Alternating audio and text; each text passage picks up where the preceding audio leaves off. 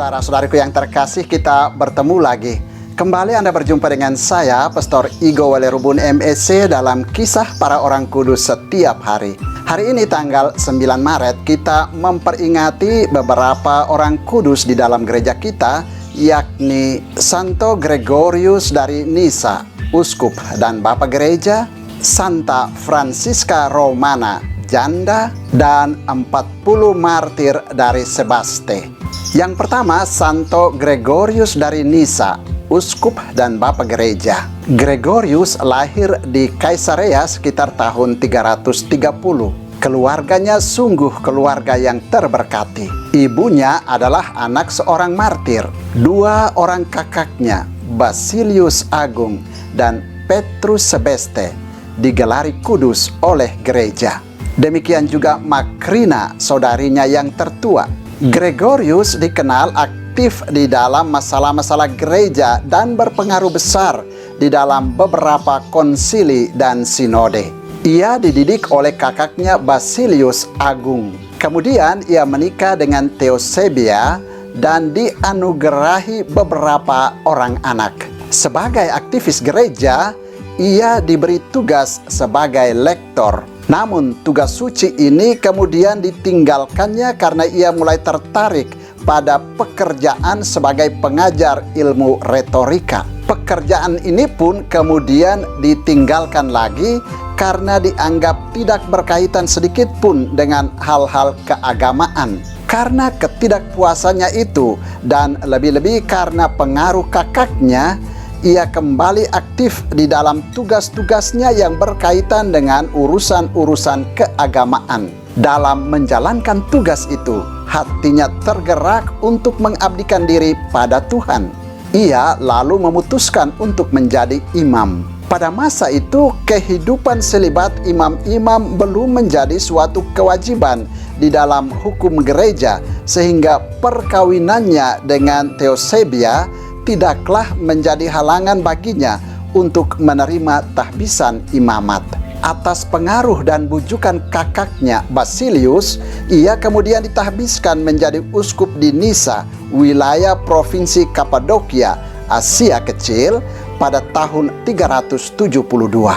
Dengan keahlian dan imannya yang kokoh, ia menjadi seorang pembela ulung ajaran para rasul terhadap rongrongan para penganut Arianisme. Karena itu, atas desakan pengikut-pengikut Arianisme, Demosthenes, gubernur provinsi Pontus, mengusir dia dari keuskupannya. Ia baru kembali lagi memimpin keuskupannya pada tahun 378 setelah Demosthenes meninggal dunia. Pada konsili di Antioquia tahun 379 yang diadakan untuk mengutuk kaum Arian dan kesalahan-kesalahan kaum Meletian, Gregorius tampil sangat menonjol dengan pandangan-pandangannya yang benar. Ia kemudian diutus oleh semua uskup timur untuk melawan kaum Arian yang menyebarkan ajaran-ajaran yang salah di gereja-gereja Palestina dan Arab. Ketika berada di Palestina, ia terkejut oleh sikap tidak terpuji para pesiarah yang mengunjungi tempat-tempat suci di mana Yesus lahir, hidup, dan wafat. Ketidakpuasan dan kemarahannya dituangkan di dalam tulisan-tulisannya.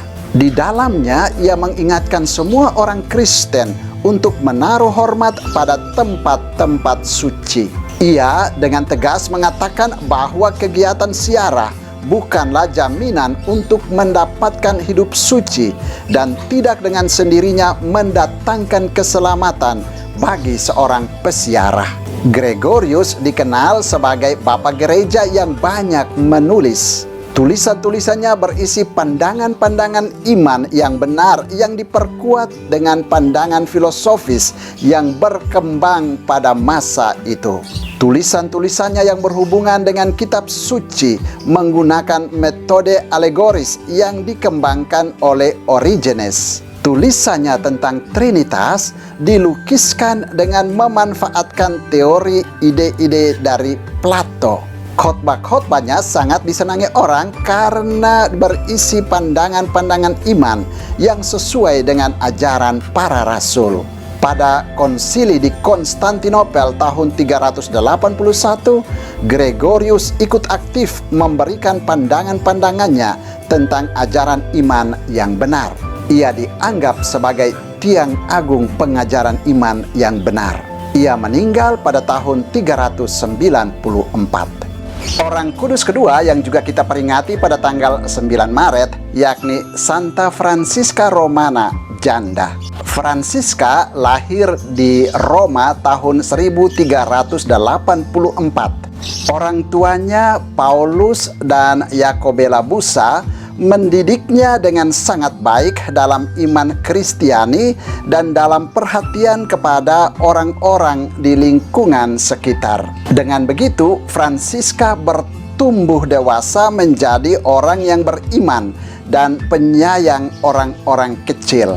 Cita-citanya ialah menjadi seorang biarawati. Namun karena suatu pertimbangan khusus, kedua orang tuanya menikahkan dia dengan seorang pemuda bangsawan bernama Lorenzo de Ponciani. Dari perkawinan ini, Franciska dianugerahi beberapa orang anak. Perkawinan mereka yang berlangsung selama 40 tahun diwarnai saling pengertian dan cinta kasih yang mendalam. Prinsip hidup yang dia pegang dengan teguh dalam menjalankan tugas sebagai seorang istri dan ibu rumah tangga ialah seorang istri dan ibu haruslah meninggalkan Allah di gereja dan mencarinya di dalam urusan-urusan rumah tangga dan pengalaman-pengalaman hidup sehari-hari. Hubungannya yang erat dengan Tuhan melalui doa menumbuhkan dalam dirinya suatu kepekaan dan keprihatinan besar pada kondisi hidup orang-orang miskin dan sakit. Karena itu, sambil menjalankan tugasnya sebagai seorang istri dan ibu rumah tangga, ia bersama adik iparnya, Vanosa, senantiasa menyempatkan diri membantu dan mengunjungi orang-orang malang itu. Banyak hartanya diberikan kepada orang-orang itu. Selama masa kelaparan dan wabah penyakit pes merajalela di kota Roma pada tahun 1413, ia menyumbangkan harta kekayaannya kepada orang-orang miskin. Ia merombak sebagian rumahnya menjadi sebuah rumah sakit untuk menampung orang-orang sakit yang terserang wabah pes. Untuk meringankan bebannya, ia juga banyak meminta bantuan pada tetangga-tetangganya. Sayangnya, permintaan bantuan itu selalu ditanggapi dengan cara-cara yang menyakitkan hati. Ketika terjadi perang di kota Roma, Lorenzo, suaminya, ditangkap dan diasingkan, tanah dan hartanya dijarah, dan anaknya yang sulung dibawa sebagai sandera.